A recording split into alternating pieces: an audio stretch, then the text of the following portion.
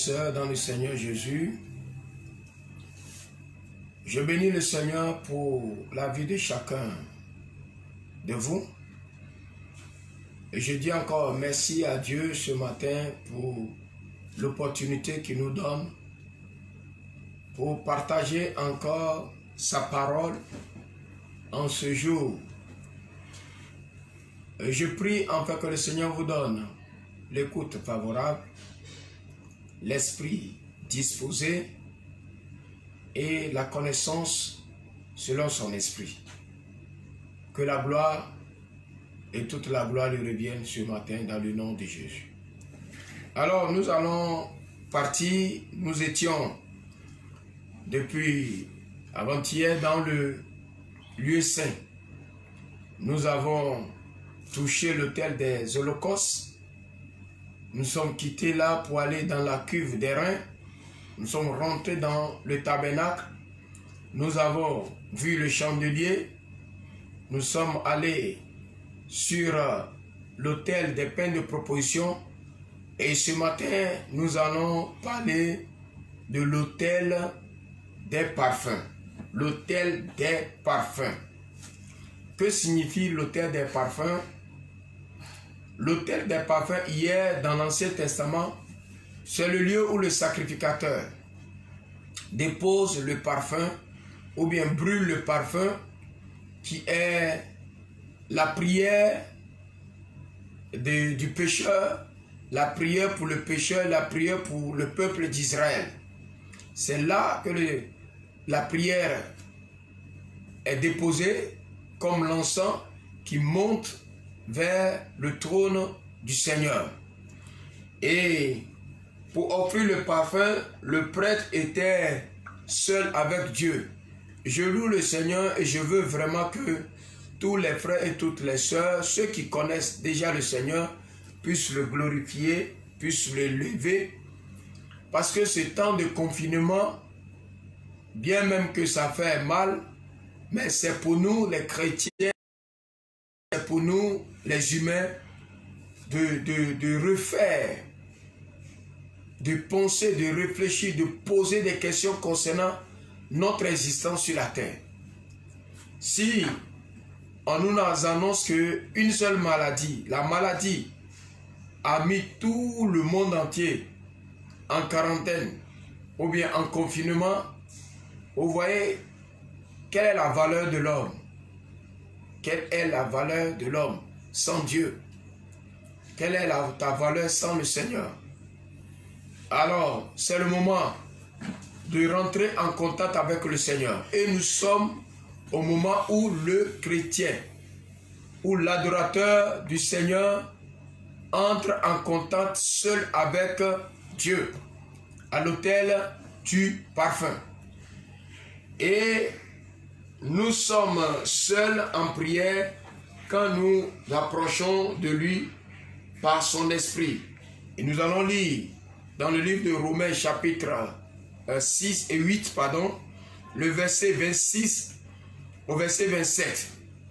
La Bible nous dit là que de même aussi l'esprit nous aide dans notre faiblesse, car nous ne savons pas ce qu'il nous convient de demander dans nos prières. Mais l'Esprit lui-même intercède par les soupirs inexprimables. Verset 27. Et celui qui sonde les cœurs connaît quelle est la pensée de l'Esprit, parce que c'est seul Dieu qu'il intercède en faveur des saints. Parce que c'est selon Dieu qu'il intercède en faveur des saints. Alors, la Bible nous dit ici que nous sommes vraiment dans la présence du Seigneur, nous sommes en contact avec Dieu quand le sacrificateur est devant l'autel du parfum. Et là, il est seul pour présenter la prière pour le pécheur. Il est seul. Le prêtre, il est seul.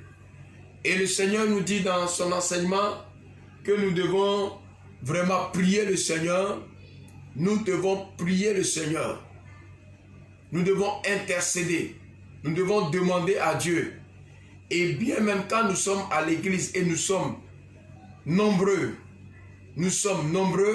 chacun est personnellement avec le Seigneur. Chacun se présente seul devant le Seigneur dans la prière.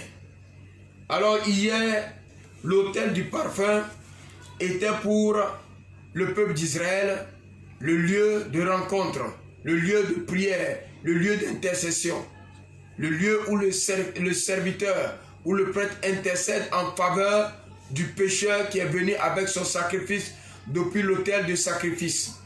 Et Romain est en train de nous dire, et quand nous venons, il arrive que nous ne savons pas ce que nous devons dire. Il arrive que nous n'arrivons pas même à dire véritablement ce qu'il faut. Mais le Saint-Esprit, qui connaît déjà la pensée de l'Esprit, l'Esprit de Dieu nous permet de prier et prie pour nous, et reçoit et envoie auprès ou bien devant l'administration de Dieu notre besoin et notre désir. Alors, le feu du parfum venait de l'autel des sacrifices. Nous allons lire cela et nous allons voir le feu qu'on utilise, le charbon qu'on utilise, la braise qu'on utilise pour déposer, qu'on dépose sur le parfum pour que la fumée monte, vient depuis l'autel des holocaustes. L'autel des holocaustes. C'est depuis là que vient le feu. Pourquoi le feu vient depuis là? Nous allons voir cela. Nous allons lire dans le livre de passage de Matthieu chapitre 6, verset 6, nous dit ceci, bien-aimés dans le Seigneur. Matthieu 6, 6. La Bible me dit et nous dit, mais quand tu pries, entre dans ta chambre, ferme ta porte et prie ton Père qui est là dans le lieu secret. Et ton Père qui voit dans le secret te le rendra. Le Seigneur est en train d'enseigner, quand tu veux prier, rentre dans ta chambre et ferme la porte sur toi. Là, le Seigneur veut nous enseigner que la prière, c'est une action. C'est quelque chose entre Dieu et celui qui prie. Ce n'est pas une manière de se faire voir que je suis en train de prier. Je viens de dire, même si nous sommes 1000 dans le temple, chacun a sa relation personnelle avec Dieu au moment où nous sommes en train de prier. Et nous devons le faire. Nous n'allons pas attendre quelqu'un prier pour nous. Nous n'allons pas attendre un frère prier pour nous. Dire que non, j'attends le prophète, le pasteur va venir prier pour moi. Toi seul, tu sais ce que tu as besoin. Tu sais ce que tu as besoin. Tu sais ce que tu as besoin. Tu sais ce qui ne va pas. Et tu sais comment il faut faire afin que tu puisses véritablement exprimer le désir, le besoin de ton cœur. Le besoin de ton cœur doit être exprimé. Donc, Jésus est en train de nous enseigner dans Matthieu chapitre 6, verset 6, ce que nous devons faire. Il est en train de nous enseigner, nous devons être seuls. Nous devons nous approcher du Seigneur. Nous devons être en contact personnel avec Dieu pour lui exprimer le désir de notre cœur. Et le Seigneur nous dit ici ceci. Et comme le feu vient de l'autel, nous allons lire dans le livre de Jean chapitre 3, le verset 22. Jean chapitre 3. Jean chapitre 3, verset 22. La Bible dit, après cela, Jésus, accompagné de ses disciples, se rendit dans la terre de Judée. Et là, il demeurait avec eux et il baptisait. Jean aussi baptisait. Excusez-moi, Jean chapitre 3, verset 22. Et là, il demeurait avec eux et il baptisait. Ce n'est pas le verset que je voulais vraiment prendre, mais nous allons prendre un autre passage concernant nos prières doivent être suivies de sacrifices. C'est ce que je voulais vraiment dire au peuple de Dieu, aux enfants de Dieu, que la prière d'un enfant de Dieu doit être accompagnée de sacrifices. Il dit, si vous demeurez en moi et que mes paroles demeurent en vous, demandez ce que vous voudrez et cela sera accordé. Et cela sera accordé. Le Seigneur est en train de nous dire que si nous demandons quelque chose, nous lui demandons quelque chose, il va nous l'accorder. Et voici, nous avons d'abord, depuis l'autel des sacrifices, ou bien des holocaustes, commencé les pas de sacrifice, de la prière. Nous sommes venus avec l'animal de sacrifice. L'animal a été brûlé. Et de là, on prend la braise. La braise prise dans l'encensoir vient jusqu'au lieu de l'autel du parfum. Vous voyez que le feu de l'autel des holocaustes, c'est lui qui consume, c'est lui qui brûle notre parfum.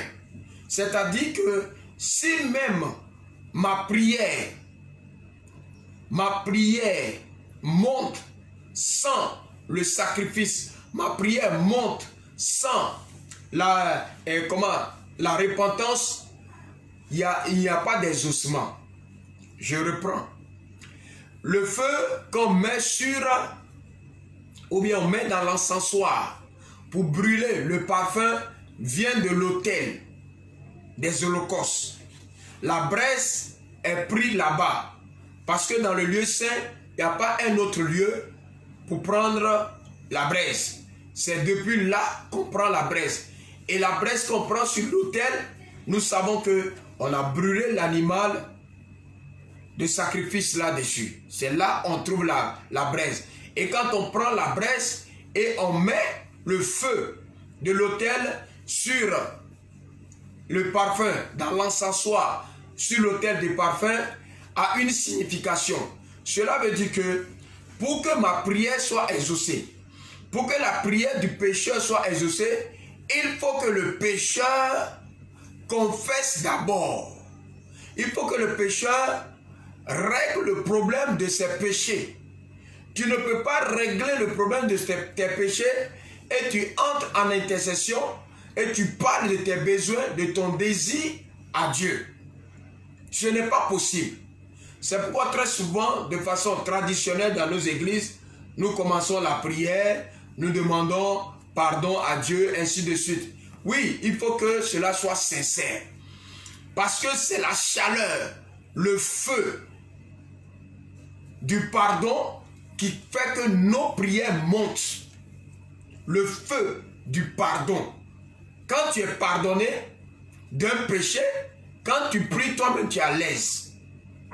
Quand tu pries, tu es à l'aise. Mais quand le péché, ton péché est en train de t'accuser, en train de te tirer derrière, bien-aimé, quand tu pries même, tu sais que tu ne dis rien.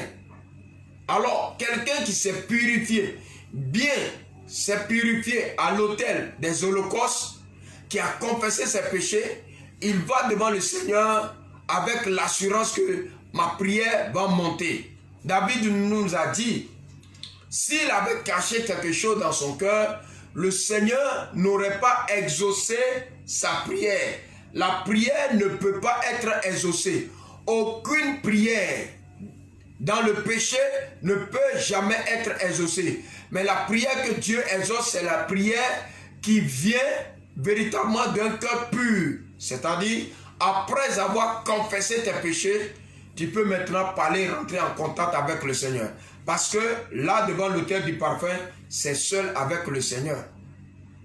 C'est seul avec le Seigneur. C'est pourquoi il est important pour tous les chrétiens en ce moment, au temps de confinement, de voir sa position. Quelle est ta position avec le Seigneur? Tu es quel genre de chrétien? Est-ce que véritablement tu as eu une relation personnelle? Est-ce que tu es né vraiment de nouveau? est-ce que tu as fini avec le péché?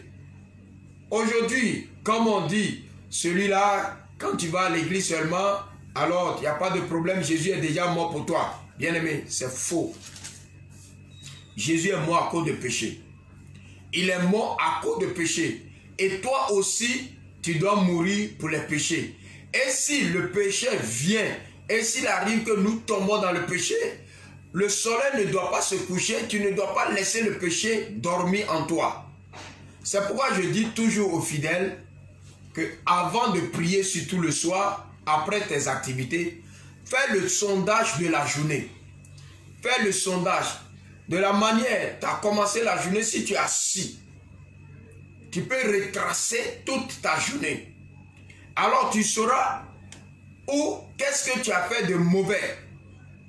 Et en fonction de ça, tu pries le Seigneur et tu lui demandes pardon. Avant maintenant d'aller demander. Vous pensez qu'un enfant qui est en désobéissance, en disgrâce avec son père, peut aller devant son père, lui dire, papa, j'ai besoin de ceci, et puis le père, tellement il est bon, il va mettre sa main dans la poche, ou bien il va lui donner ce qu'il demande. Jamais. Jamais. Il faut commencer par le commencement. Et le commencement, c'est la repentance. Donc, j'invite chacun à toujours penser à l'autel de sacrifice.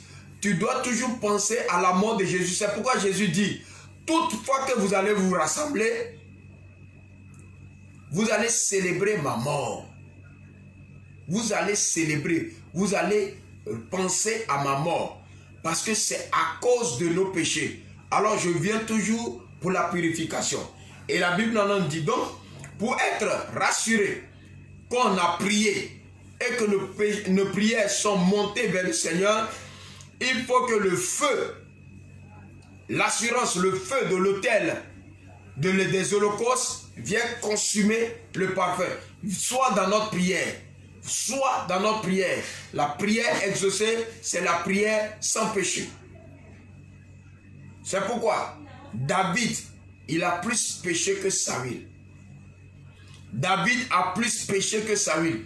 Mais toutefois que David reçoit la révélation sur son péché, il les confesse et il les abandonne. Ça doit être comme ça la vie d'un chrétien. Toutefois que tu vois qu'il y a une saleté qui a touché ton cœur, la première des choses, c'est d'enlever cela. Tu ne dois pas rester pour dire non, pour se justifier. Si tu te justifies, tu fais comme Akab. Pardon, tu fais comme Saül. C'est Saül qui se justifiait. Il dit non, le peuple a pris les veaux gras pour venir, c'est pour honorer le Seigneur. Est-ce que c'est ce que Dieu t'a dit? Dieu ne t'a pas dit de prendre les animaux pour venir. Dieu dit il faut les dévouer en interdit. Dieu n'a pas dit de prendre le roi pour venir. Il dit il faut le tuer. Quand tu es en péché, l'homme de Dieu te dit, mais quels sont ces bêlements que j'entends? Quels sont ces bêlements? Tu veux justifier. Beaucoup de chrétiens justifient leur péché. Péché, c'est péché. Il n'y a pas de justification à donner pour le péché. La seule chose qu'il faut faire, c'est de confesser. Et quand tu confesses le péché, Dieu tourne le regard vers toi. Mais quand tu veux te justifier dans le péché, Dieu va te chasser. Dieu va te repousser. Vous allez voir, Saül a fait 40 ans comme David, 40 ans au pouvoir. Mais Saül a fait 2 ans avec Dieu et 38 ans, 38 ans sans Dieu. Saül a fait 2 ans seulement avec Dieu. Les 2 premières années sont les années que Saül a fait avec Dieu. Les 38 autres, Saül a fait sans Dieu. Mais il a fait 40 ans. Tu peux être chrétien. Je dis, tu peux être chrétien de 40 ans, de 50 ans. Mais peut-être tu as fait 1 an avec le Seigneur. Parce que si le péché vit dans tes membres, tu n'es plus chrétien. Tu n'es plus chrétien. Donc, retourne sur l'autel de l'Holocauste, refais ta relation avec le Seigneur là. Parce que c'est là que ça commence. Je dis très souvent aux gens quand je regarde, surtout les jeunes filles, quand elles marchent dans les rues, elles tirent leur robe, leur habit qui est en train de monter. Je dis, habit là, ce n'est pas dans la rue là qu'on tire. C'est depuis chez le tailleur. C'est depuis chez le couturier là qu'on tire, on fait robe là, on tire. Quand ça monte, maintenant tu tires pour aller en bas, tu ne fais rien. Quand tu vas faire 2, 3 pas, ça va monter encore. Mais si tu ne veux pas que ça monte, c'est depuis chez le couturier que tu fais descendre. Donc, je t'encourage, toi mon frère et ma soeur, à écouter ce que dit la parole du Seigneur. Alors, le parfum était offert chaque jour sur l'autel d'or. C'est un autel d'or. On a pris le bois d'acacia et on a mis l'or tout autour de cet autel. Ce qui me dit que c'est un lieu de la purification. Et le bois qui est dedans signifie l'humanité de Christ. Comme ce n'est pas ce que je veux enseigner, sinon je pouvais enseigner ce que représente et ce que les caractéristiques, tout ce qui est dans chaque autel. Mais je veux aller tout droit au but. Donc, le bois d'acacia est l'humanité de Jésus. L'humanité, nous connaissons acacia. Et on a mis l'or tout autour, montrant la pureté. Donc, c'est un autel en or. Et le parfum monte chaque jour. Nous devons prier chaque jour. Le parfum monte chaque jour. Un chrétien qui ne prie pas chaque jour, l'ennemi peut le piéger. Nous devons prier chaque jour. Et en ce temps de confinement, je demande à toutes les familles, à tous les frères, de prendre leur temps. Au moins, entre 4 heures, 6 heures, il faut confier ta journée à Dieu. Sinon, nous devons donner la dîme de notre journée à notre Seigneur. La dîme de notre journée. Et la dîme de ta journée, ça fait combien? Du jour, ça fait combien? Ça fait 1 heure, au moins 20 minutes. Tu dois donner la dîme. Et tu dois donner encore la dîme de la nuit, ça fait 1h20. Donc si on veut donner la dîme du jour, ça fait 2h40 minutes de prière. Au moins la dîme de la journée en prière à notre Seigneur. Alors tu verras que chaque heure est sous contrôle de la puissance du Seigneur. Alors le bois est fait, l'autel est fait de bois recouvert d'or, comme je viens de dire. Et nous allons voir dans le livre de 1 Chronique, chapitre 16, verset 11. 1 Chronique, nous allons dans l'Ancien Testament. 1 Chronique, chapitre 16, le verset 11, qui nous révèle ceci, que ayez recours à l'Éternel et à son appui. Cherchez continuellement sa face. Ayez recours à l'Éternel et à son appui. Cherchez continuellement sa face. Dans le Nouveau Testament, on nous dit prier sans cesse. Prier sans cesse, cela ne veut pas dire que non, tu continues de 6h jusqu'à 18h et puis non. Prier sans cesse veut dire nous devons prier tous les jours. Toutefois que cela est possible, où le besoin se fait sentir, prie mon frère. Donc, dans le livre de Chroniques, il nous est dit, bien-aimés, ici, que, frère, depuis l'Ancien Testament, ayez recours à l'Éternel et à son appui. Mais c'est dans où on doit avoir l'appui. Nous avons vu le roi d'Israël, quand Sancharib avait lui envoyé une lettre, avait envoyé la lettre, il a pris la lettre, Zacharie a pris la lettre pour aller, Ézéchias plutôt a pris la lettre pour aller dans le temple. Il a dit, Seigneur, cette lettre-là n'est pas pour moi, c'est pour toi. Et ce roi l'a dit que tu ne peux pas nous délivrer de ses mains. Il a changé le combat. Il a mis le combat entre Dieu et puis ce roi. Parce que lui, il savait qu'il ne peut rien faire, mais son Dieu peut quelque chose. Mais il allait dans le temple, il a fait recours à l'Éternel. Il allait s'appuyer sur le Seigneur. Si nous nous appuyons sur le Seigneur, Dieu va nous sauver, il va nous délivrer et il va nous faire grâce. Parce qu'il est plein d'amour et de compassion. Donc, c'est ce que la Bible nous dit. De ces miracles vont se manifester dans notre vie parce que nous le cherchons et il va se laisser voir. La Bible est la parole de Dieu, est la parole et la vérité du Seigneur. Nous devons tout faire. Prions sans cesse. Et en ce moment de confinement, prenez ce temps-là pour prier le Seigneur, pour invoquer son nom, afin que le Seigneur se manifeste puissamment dans notre vie. Alors, Jésus est en train de nous enseigner aussi. Jésus leur adressa une parabole pour montrer qu'il faut toujours prier et ne point se relâcher. Ça, c'est dans Luc chapitre 18, verset 1. Jésus a enseigné dans cette parabole aux apôtres, à tous ceux qui étaient avec lui, comment nous devons prier sans cesse. Il nous parlait d'une veuve, une femme, qui vient devant un juge pour lui demander de lui rendre justice. Cette femme vient tous les jours. Cette femme sait qu'elle a raison, mais la Bible dit que le juge est inique. Le juge est mauvais.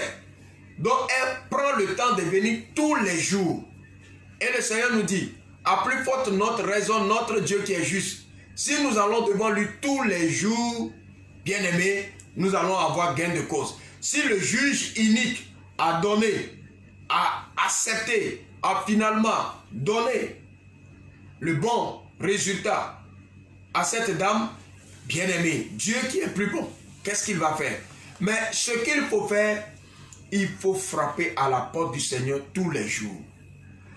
C'est le grand problème que nous avons. Les gens se lèvent et disent, quand ils reviennent du travail, ils n'ont pas le temps pour le Seigneur. Ils disent, Seigneur, à 4 h du matin, je vais me lever, je vais prier. Et ils dorment ils sortent devant la télé jusqu'à 2 h du matin, 1 h du matin, 2 h. Ils vont aller se coucher. Ils vont se lever à 6 h. Parfois, on les réveille. Ils disent, je suis en retard. Oh Seigneur, aie pitié de moi, pardonne-moi, accompagne-moi. Quand je vais venir le soir, je vais prier. Il vient le soir, le même scénario. Bien aimé, tu te trompes. Tu ne fais rien à Dieu. C'est pourquoi tu cours derrière la main des pasteurs, la main des prophètes. Sinon, la solution est au-dedans de toi. La solution de ton problème est au-dedans de toi. Parce que si tu pries, celui qui domine sur son corps, en priant, il a toujours la solution. Parce qu'il y a un besoin. Il faut véritablement prier.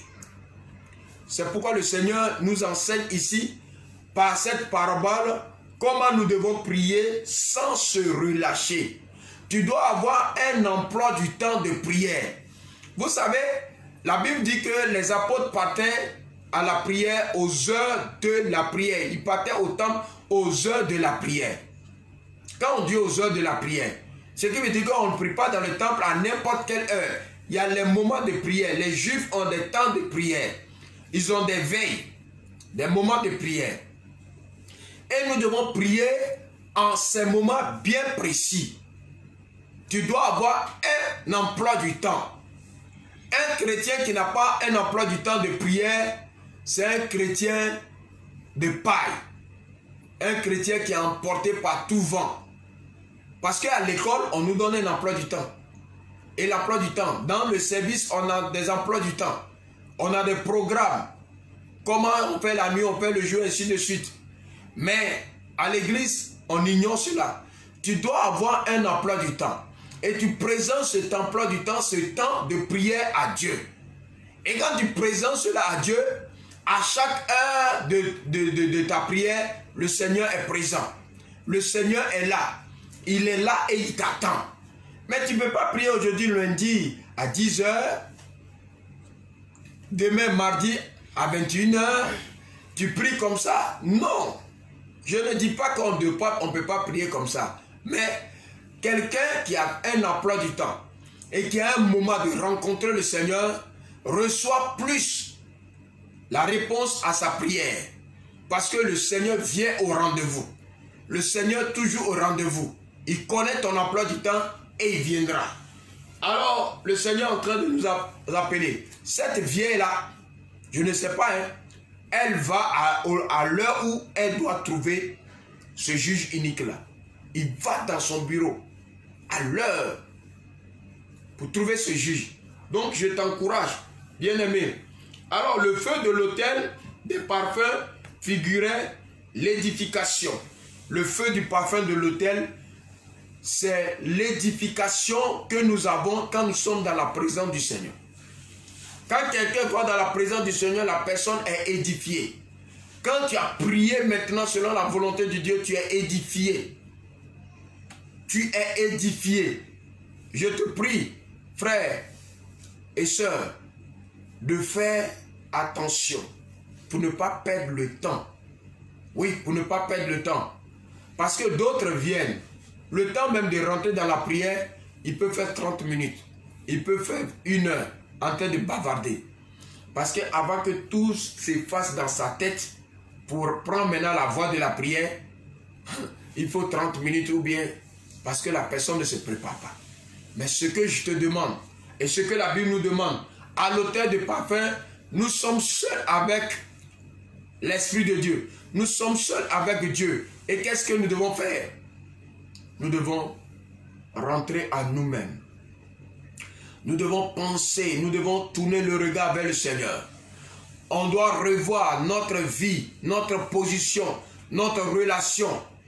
Et pour être bien exaucé, il faut que nous passons par les étapes déjà passées.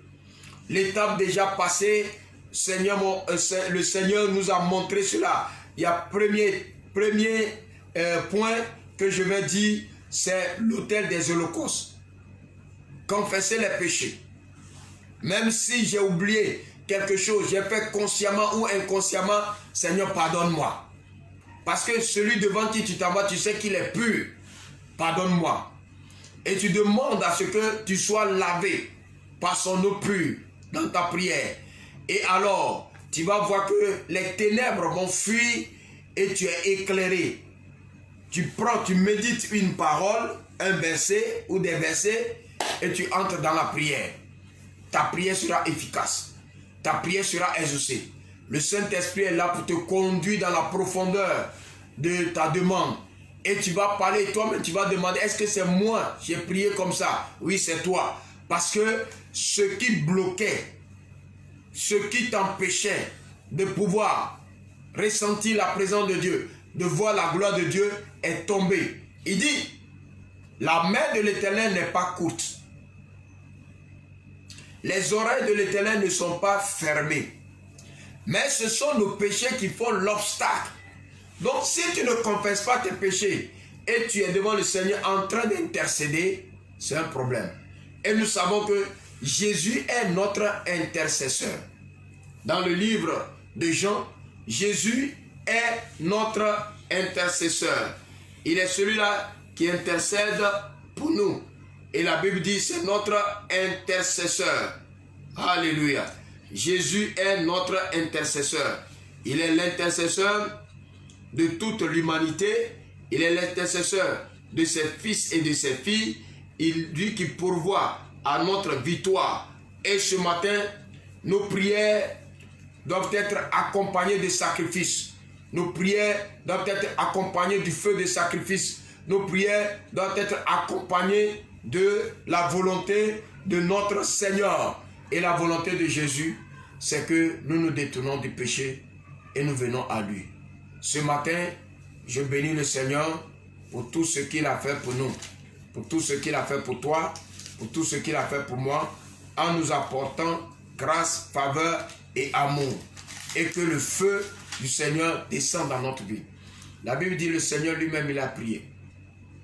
Il a prié jusqu'à sa sueur est devenue du sang, grumeau du sang. La prière est nécessaire. Et cela montre que il faut que nous passions par ce point. Alléluia. Il faut que nous passions par ce point. C'est pourquoi le Seigneur nous enseigne.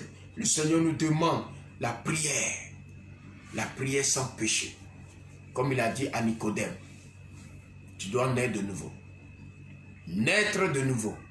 C'est le sens réel de notre changement. Alors je bénis le Seigneur ce matin. L'autel du parfum, c'est notre lieu d'intercession. Et Jésus est notre intercesseur. Comme nous savons, il intercède pour nous. Jésus est notre intercesseur. Donc à l'autel du parfum, nous rencontrons Jésus. C'est là l'intercesseur. Et la Bible dit que Jésus-Christ est notre intercesseur. Il intercède pour nous aujourd'hui encore. Sans l'intercession de Jésus, nous allons mourir. Vous savez ce que Jésus a dit à Pierre et aux autres? Le diable vous a réclamé. Le diable vous a réclamé et il veut vous cribler comme le froment. Il veut vous froisser comme pain Gaudio. Il veut nous froisser, il veut froisser l'humanité. Mais il dit, j'ai prié pour toi. Et quand tu seras converti, on va dire, mais on dit à Pierre, conversion encore? Oui, Pierre doit revenir de quelque part. Quand Pierre va revenir, parce que Pierre va renier le Seigneur, mais quand il va revenir de cette repentance, qu'il affermisse la foi, la foi des frères, la foi des autres.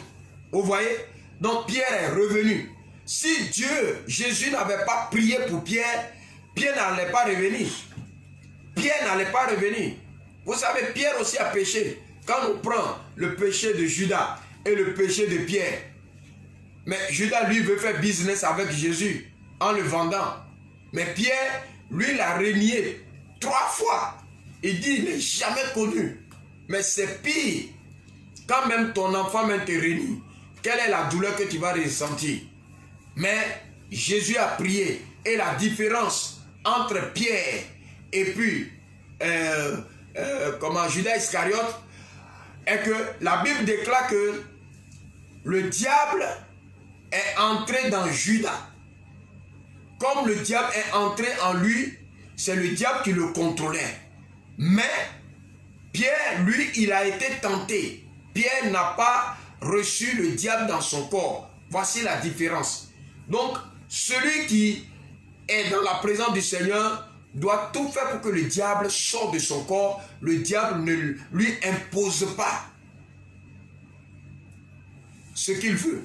Alors, je te demande, bien-aimé, ce matin, comme Jésus-Christ nous appelle, il prie pour nous. Il est notre intercesseur. Il est notre intercesseur. Il est en train d'intercéder aujourd'hui encore pour toi. L'auteur du parfum. Le Seigneur prie pour nous. Il prie pour l'humanité. S'il ne priait pas pour l'humanité, tu allais voir le diable même allait nous tuer un seul coup. Il allait nous détruire un seul coup. Qu'est-ce qui l'empêche de mettre poison dans nos nourritures? Il peut mettre, mais Dieu, Jésus ne lui a pas permis cela. L'intercession a fait que nous sommes protégés par cette grâce. Sinon, il allait nous tuer. Nos marchés, la nourriture qui est là, il peut arroser cela. C'est la grâce du Seigneur. C'est par la prière de notre Seigneur. Donc, ce matin, que le Seigneur soit avec toi. Reviens dans la prière.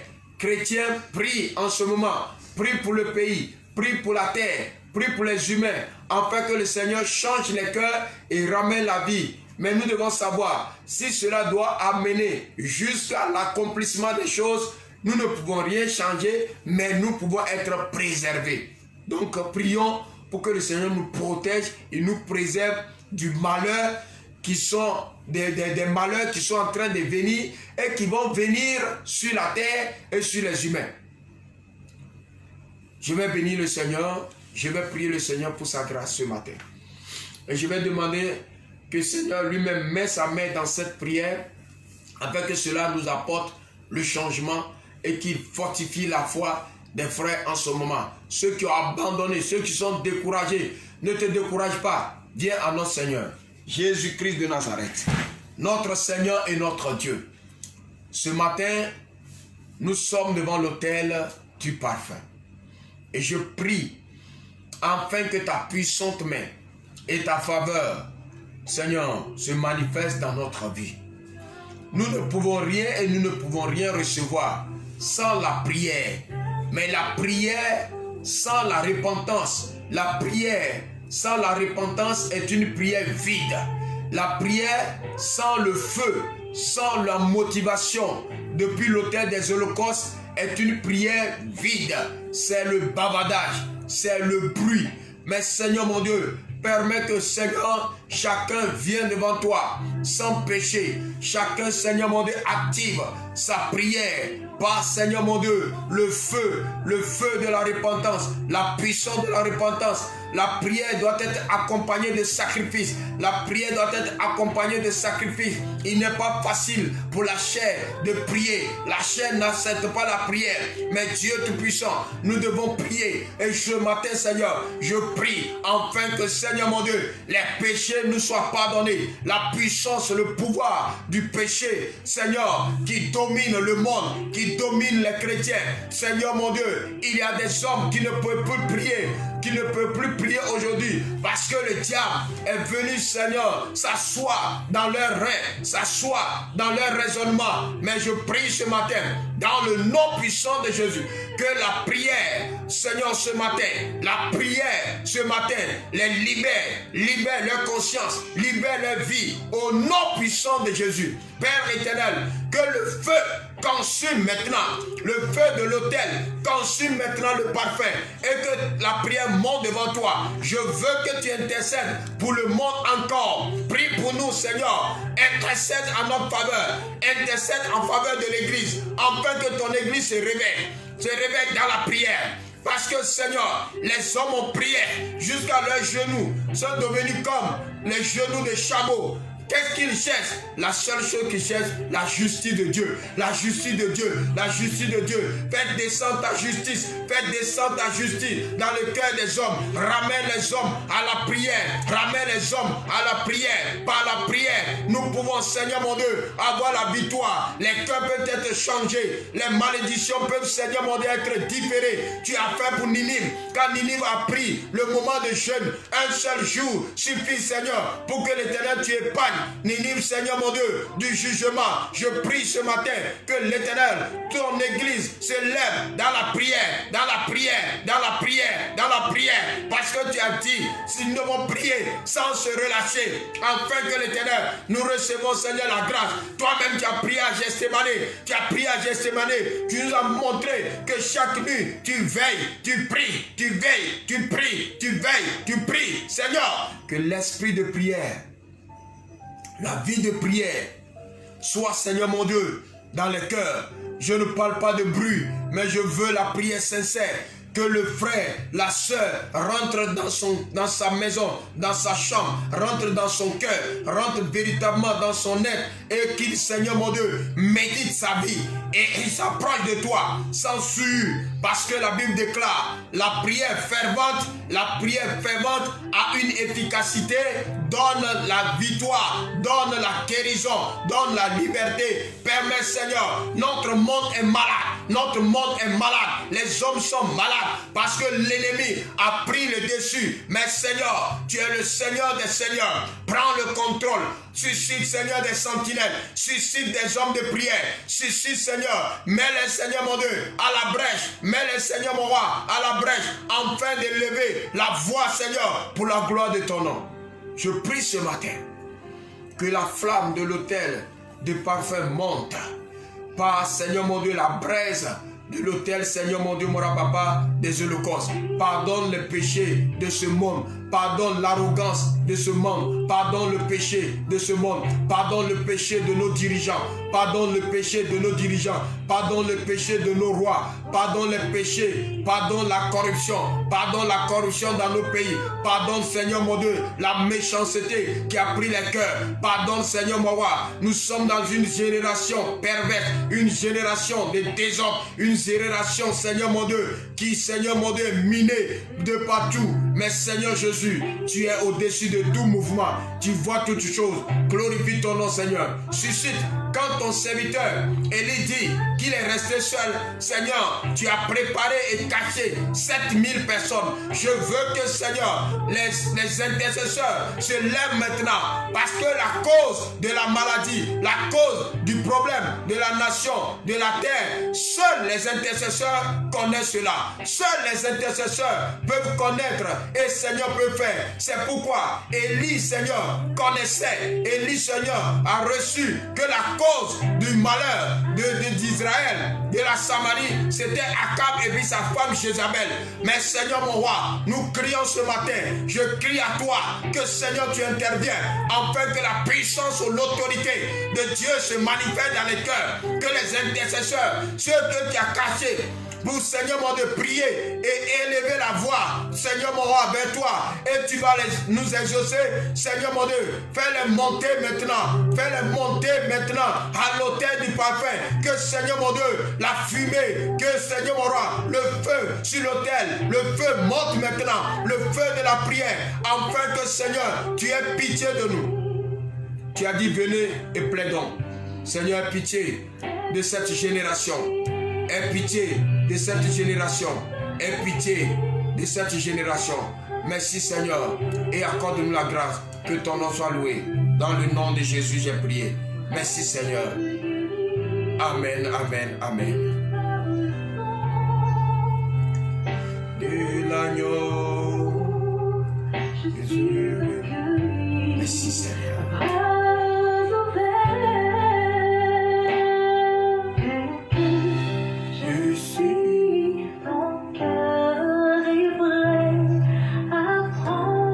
Alors que le Seigneur nous bénisse, que sa paix et sa grâce reposent sur notre vie, et à demain, au revoir.